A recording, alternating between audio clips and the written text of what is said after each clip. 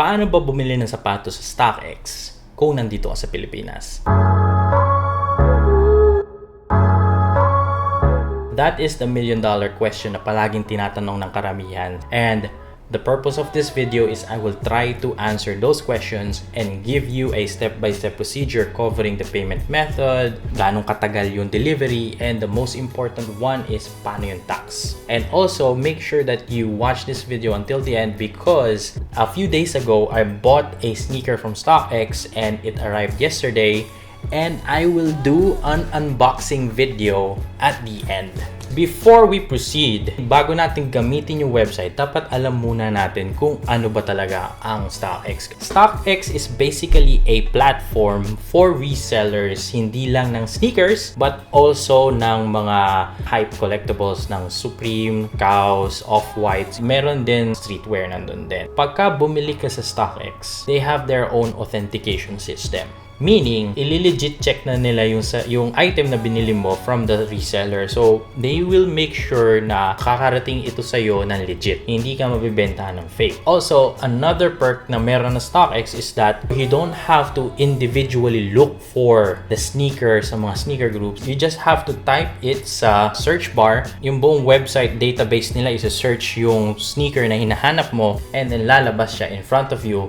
Nandun na lahat ng kailangan mo. That is very convenient. Now, balik tayo dun sa authentication system nila. This is very interesting because marami rin nagtatanong kung legit ba talaga ang Stockx. Okay. Basing it off of my experience and off of my friends' experience, lahat ng mga kakilala kong bumibili sa Stockx, lahat na nakuha namin ay legit. I bought 12 items already from them. Hindi lang sapatos, pati bag, tsaka hat. My experience, legit ang Stockx. Also, just to add to that, a fun fact. Ang may-ari ng Stockx ay si Dan Gilbert. So, if hindi mo kilala si Dan Gilbert, hindi ka tunay na LeBron fan.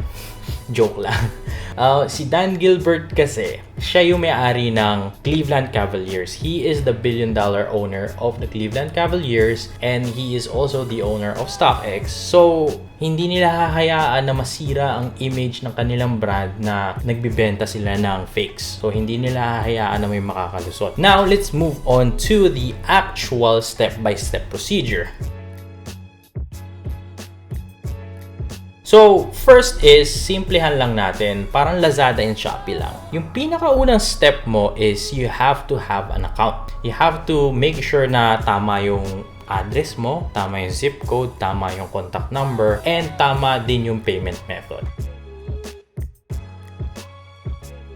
Moving on to payment method. So, ito lang ina-accept ng Stockx. They accept all major credit cards. They accept PayPal, they accept Google Pay, Apple Pay, they accept Alipay, and a couple of payment methods pa pero hindi naman siya ganun kasikat dito sa Philippines. And I believe that yung pinakamagagamit natin doon sa list na yun is yung credit card and yung PayPal. Hindi sila tumatanggap ng loadable credit card, hindi rin sila tumatanggap ng gift card, and unfortunately guys, hindi sila tumatanggap ng COD, hindi rin sila tumatanggap ng debit cards dito sa Philippines. Only in the US and in Europe.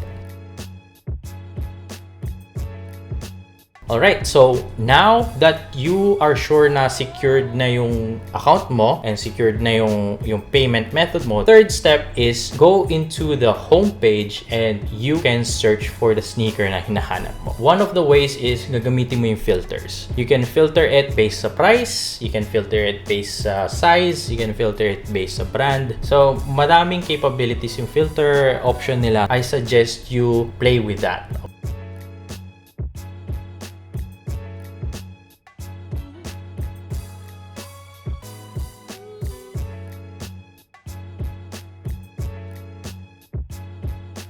One of the things that you have to keep in mind is if hindi mo gustong magkaroon ng tax sa customs, always make sure that bibili mong sapatos has a price that is below $190.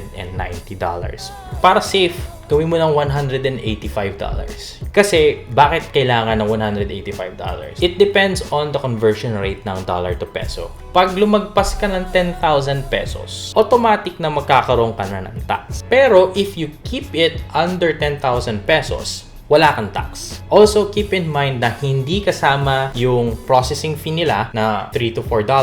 Hindi rin kasama yung shipping fee ng Stockx. So, ang bibilangin lang ng customs ay yung price ng actual product. Now, meron ka na nakitang sapatos na gusto mong bilhin and pasok siya sa budget, pasok din siya sa target mo na walang tax. So, you're all set, di ba? There are two ways to buy.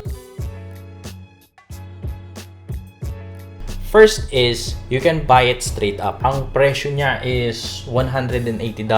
You can buy it now, plain and simple, tapos. Pero pwede ka rin mag-bid. For example, $180 yung price, pero ang budget mo, $150 lang. Pwede mong i-try na $150. Pero makikita mo naman yung trend ng sapatos kung may umaabot ng $150 na nagbebenta. If you want to bid, I suggest na keep it realistic. Basing it off of what is the current state of the pricing ng sapatos. Kung 180 siya tapos nag-bid ka ng 90, edi automatic hindi siya tatanggapin ng seller. So keep it realistic, okay? So those are the two ways that you can buy it, bidding and straight out buy it now. The next thing you have to do is wait. From point A to point B, so from anywhere in the US, pupunta muna siya sa Stockx, point B. Stockx will verify it and then Stockx will send it to you once na na-proven nilang legit yung item. From point A to point B to point C, which is your address, it would take around normally 10 to 15 days. But in this situation where may mga crisis ngayon around the world, make sure na i-account mo din yung possibility na madidelay talaga yung package mo because ang daming lockdown ng mga areas hindi lang dito sa Philippines, pati sa mga ibang locations sa ibang bansa. So now, we have reached the end of this video. I hope that meron kayong natutunan how to order sa Stockx, and I hope that you will be able to buy your own sneakers sa Stockx by yourself next time. So if you still have a lot of questions, there are also other sneakerheads na may YouTube channel that also created a how-to video about Stockx as well, like Sir Carlo Ople. So you can check them out.